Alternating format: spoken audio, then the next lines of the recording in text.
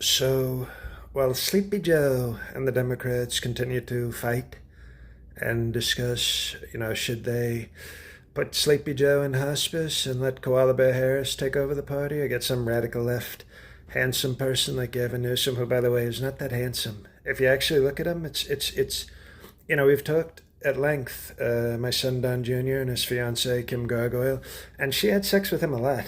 They were married, and she was telling Don Jr., oh yeah, even, we never used condoms, and it was even when we on our first date, now condoms, and it turns out, he's not that buff. He doesn't work out as much as you might think, and she says that he uses hair care products, unlike me, which is totally natural.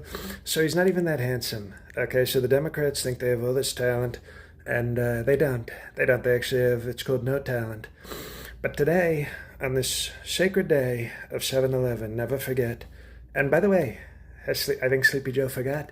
He hasn't done any honorings or not even a mention. How about that of our lowest people on 7-Eleven?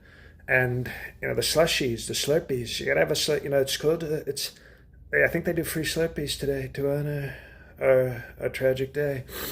But the point is, you have a party in disarray with the Democrats, which makes sense because they have no plan, no talent.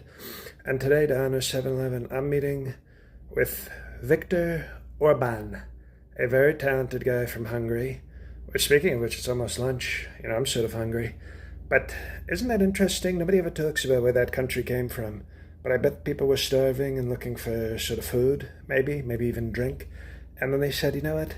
There's people always complaining about, where's our food, So they called the country Hungary. But he spoke with Vlad Putin, who we call Vladdy. How people have like Zaddy and Daddy. He's like Vlad and Daddy because he's like a buff older guy. So we call him as a term of affection. We call him Vladdy.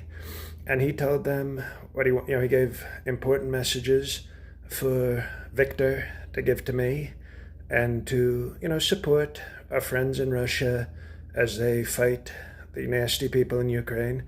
And, we play a game called Vladdy Says. It's like Simon Says, except with strong racism and anti-democratic things. So, and then he'll be like, oh, Vladdy says, oppose NATO.